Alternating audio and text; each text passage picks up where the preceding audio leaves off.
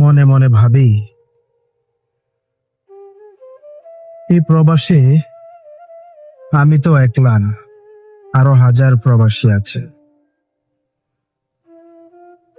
কিন্তু এখানে আপন জন বলতে কেউ থাকে না।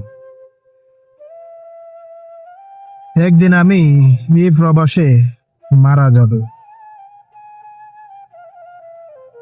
সেদিন আত্মীয় স্বজন পাড়া প্রতিবেশী কেউ আসবে না, কারণ এই প্রবাসে তো কেউ নাই।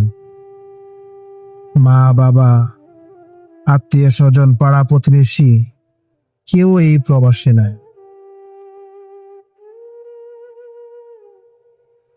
যেদিন আমি মারা যাব, হয়তো তার মাসখানেক পরে আমার লাশটা প্রবাস থেকে দেশে যাবে। আত্মীয় স্বজন, বিবি বাচ্চা সবাই আসবে দেখতে,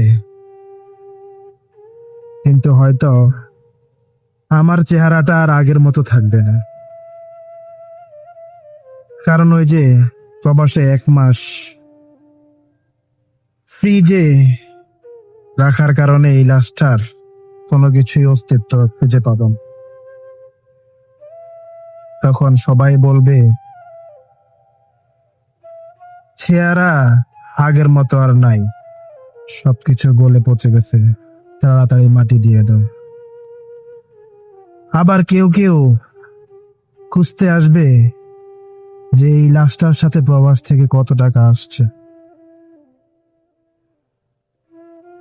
আসলে এই প্রবাসীরা টাকার মেশিন। মরে গেলেও মানুষ টাকা খোঁজে, বেঁচে থাকলেও।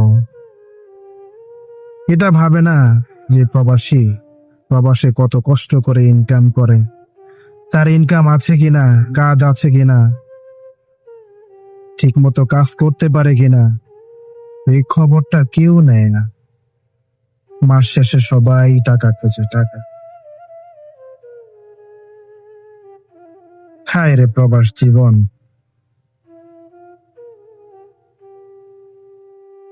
তা আমি বলবো, আল্লাহ সুবহানাহু ওয়া তাআলার কাছে একটাই আরজি পেশ করব, সব সময় এটাই করি, আল্লাহ যেন প্রতিটি প্রবাসীকে ইমানের সহিত মৃত্যু দান করে।